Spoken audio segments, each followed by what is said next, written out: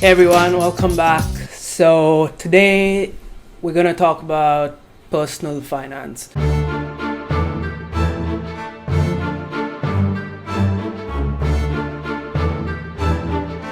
Isn't it amazing? Most of us have never been taught about money in school, right?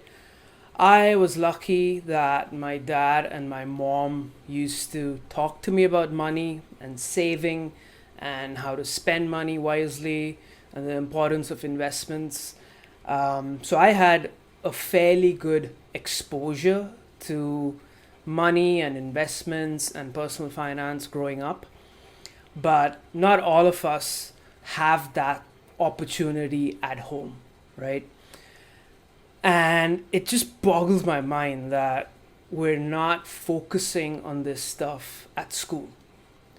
I've tried doing programs with children as young as 6, and I've even taught high schoolers and college students. And one thing that I realized is that money as a topic in itself isn't very interesting to people, right? Most of us start focusing on money only when we're adults, after we've started earning. We learn how to budget. Sometimes it's just forced upon us.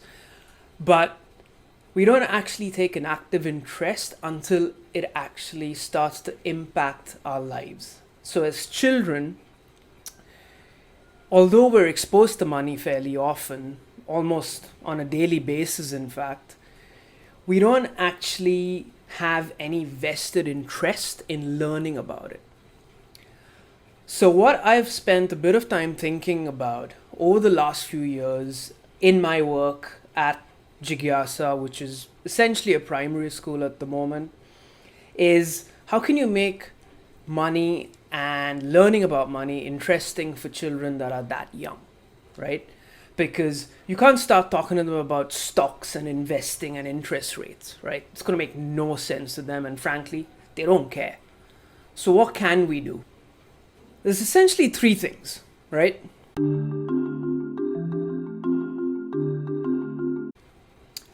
Number 1, get them involved in day-to-day decisions and activities involving money.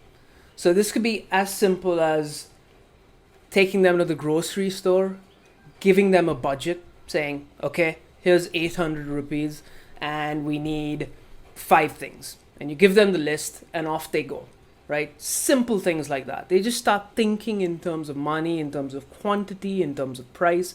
These are all really important things.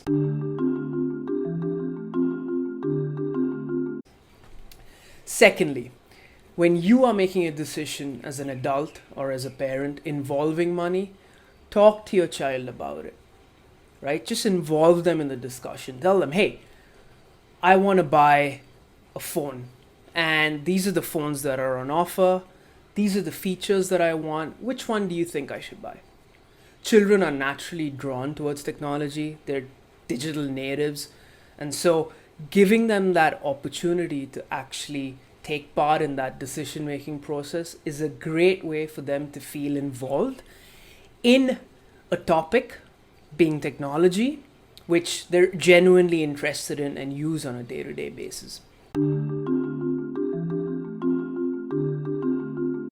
And lastly, it is the importance of letting children make mistakes with their money.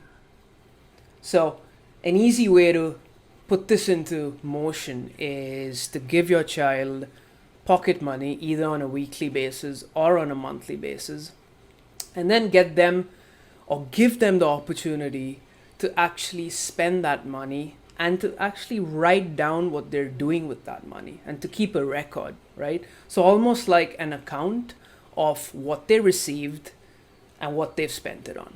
And to make the receiving a bit more meaningful, I've seen a lot of parents do this and it works wonderfully well, is to get them involved in chores at home or in tasks that you need done, and to give each task a wage.